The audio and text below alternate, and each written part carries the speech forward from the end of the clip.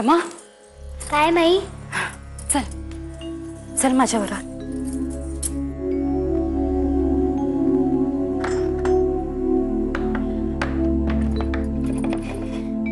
माधवाकडे चालली होतीस ना?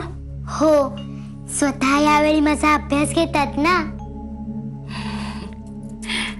चल ये.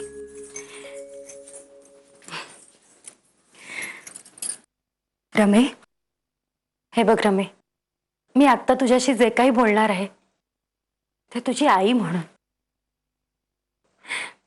तेव्हा ते नीट लक्ष देऊ नाही आणि तसे वागणे आचरणात आण. काय माई? आज पंक्तीत जे काही घडले त्याबद्दलच नाही, पण एकूणच मला तुझ्याशी जरा बोलायचे आहे. हे बघ रमा, स्त्रियांचा जन्म हा आयुष्यभर पुरुषांच्या अधिकाराखाली असतो. पुरुषांचा मान हा सर्वात मोठा. तेच आपले करते करविते. अगो म्हणूनच आपण आपल्या पतीला पती परमेश्वर असे म्हणतो, हो की नाही? हो.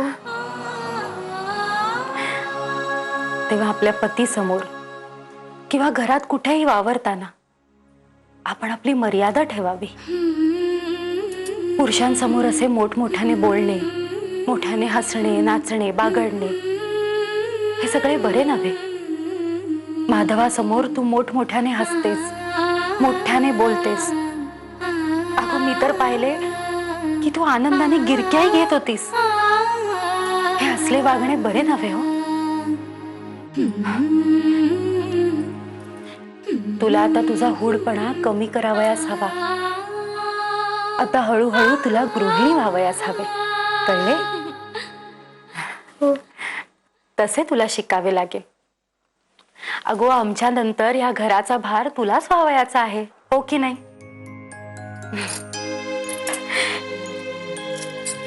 आणि किक, तू सारखे सारखे माधवाला स्वतः स्वतः म्हणून संबोधतेस ना, ते बरे नव्हे.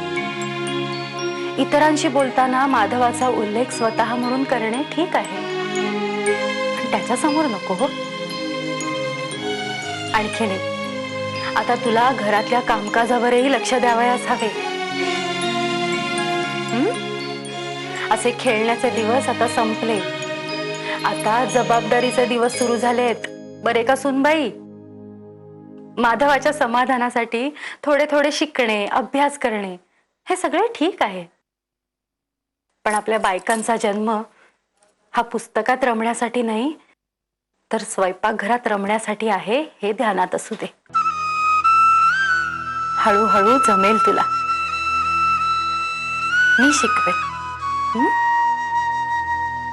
रमे, आज मी हे तुला सगळे सांगते आहे ते उद्या कोणीतरी तुला किंवा तुझ्या आईला संस्कारावरून बोल लावू नये म्हणून. समजले?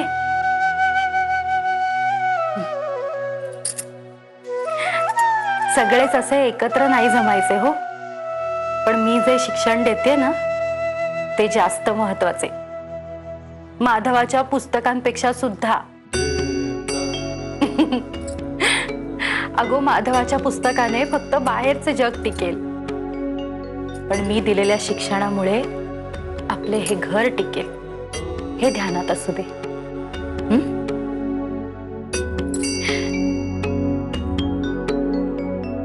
जा आता. हो.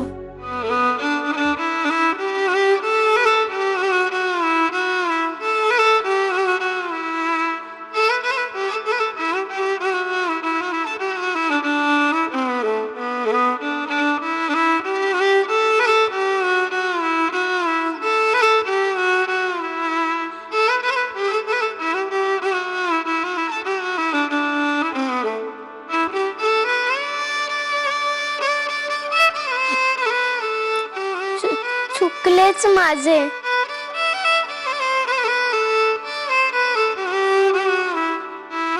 काय म्हणालात? मी मामंजींना लग्नाचे सांगितले, ते अर्ध्या पानावरून उठून गेले. त्यांना खूप राग आला होता. नको होते ना मी सांगायला.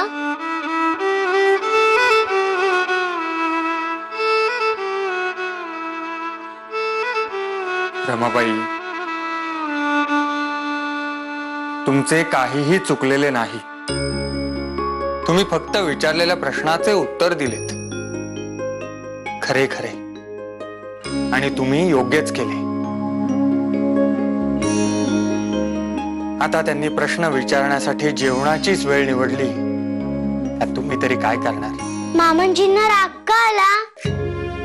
लग्न म्हणजे तर चांगलीच गोष्ट आहे ना. होय, परंतु आपण जिचे लग्न लावून दिले ती एक विधवा स्त्री होती. आणि आपण तर जाणताच, काही दिवसांपूर्वीच ती आपल्या घरी आश्रयासाठी आली होती. आणि अरे तोंडी काय बघत बसला? घेऊन जाईस.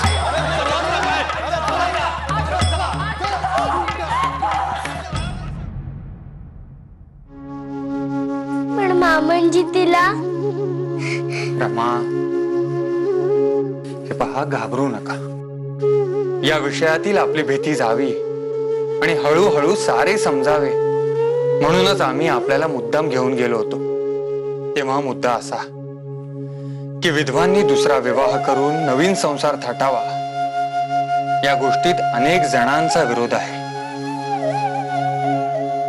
आणि तुमच्या मामंजींचा सुद्धा. पण का? का? मोठाच गहन विषय आहे हा.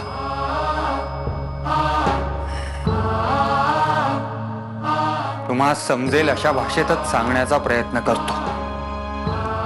एखाद्या स्त्रीच्या पतीस देवाज्ञा झाली तर ही सनातनी मंडळी त्याच्या मृत्यूसाठी त्याच्या पत्नीस जबाबदार धरतात. आणि पती निधनानंतर तिने केवळ इतरांची सेवा करेल, स्वतःचे मन मारून अत्यंत विपरीत आयुष्य जगावे असे धर्माच्या नावाखाली ठणकावून सांगतात. तिने केस वाढवू नये, केवळ आलवणच नेसावे, उपास तापास करावे, सण समारंभात सहभागी होऊ नये, फक्त राबावे, स्वतःच्या संसाराची स्वप्ने पाहू नयेत. हे केवळ भयंकर आहे आणि चुकीचे. आणि हे धर्माच्या नावाखाली खपविले जात आहे, हे त्याहूनही जास्त चुकीचे आहे. आणि ज्यांना हे चुकीचे वाटते ती आमच्यासारखी मंडळी विधवांच्या या आशा जगण्याला विरोध करून त्यांनी पुनर्विवाह करून सुखी राहावे असा आग्रह करतात.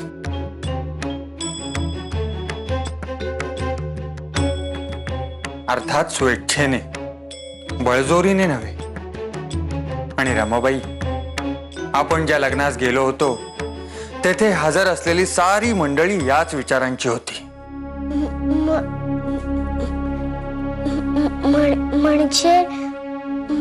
म्हणजे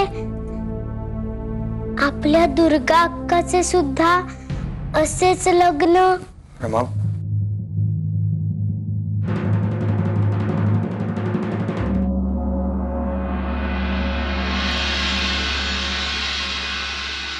दुर्गा अक्काचे काय?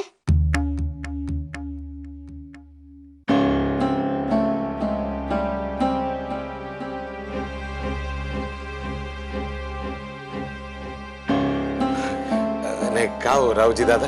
नाही म्हणजे लय बेचैन दिसताय. नाही, भाऊसाहेब असे भरल्या ताटावरून उठून गेले अर्ध्यातनच. आता काकांची इतकी काळजी आहे तुम्हासनी? नाही म्हणजे काका जेवणावरून अर्धवट उठून गेल्यामुळे तुमची पोटपूजा अर्धवट राहिली असं तर नाही ना? नाही हो, तसेच काही नाही. नाही नाही, आहे बघा, बाळंभटजी आले त्यांनाच विचारू. काय झालं, आपले थोरले मालक जेवता जेवता मधनच उठून गेले, त्यामुळं ह्यांना पण अर्धपोटीच राहावं लागलं. आता तुम्हीच सांगा काय ते. एवढंच ना, जा मायना सांग आणि तांब्यावर दूध पिऊन घे. सकाळपर्यंत मस्त राहशील. जा, काय काही चिंता करू नको, जा तू. असे वागणे म्हणजे असंच वागायचं असते. अहो नाही नाही, आपलंच घर आहे असं हो. समजा. या या, घ्या हो घ्या, तेवढंच बरं वाटेल तुम्हाला. हा, काऊ बाळंभटजी, नाही म्हणजे आपले धाकले मालक आणि हे दोघं बी एकाच वयाचे ना? हो. मग आपले धाकले मालक शिकून सवरून एवढे मोठे झाले आणि हे असं काय? अरे काय करणार, लहानपणीच पितृछत्र हरवले. विठोजी पंत म्हणजे आपले विठू काका परागंदा झालेले. सुभद्रा वहिनी कशी आहे पाहिलंच तू. लहानपणापासून काही करूच दिले नाही याला. सारखं बाबा बाबा करून वाढवले. आता सून आणली आहे ती अशी की असं वाटावं की हिच्या तोंडात जीभच नाही. हा असा सुभद्रा वहिनीमुळे अर्धवट आणि ती बायको अशी मुकी. काय करणार. देवा पांडुरंगा समद्याला सुखी ठेव बाबा.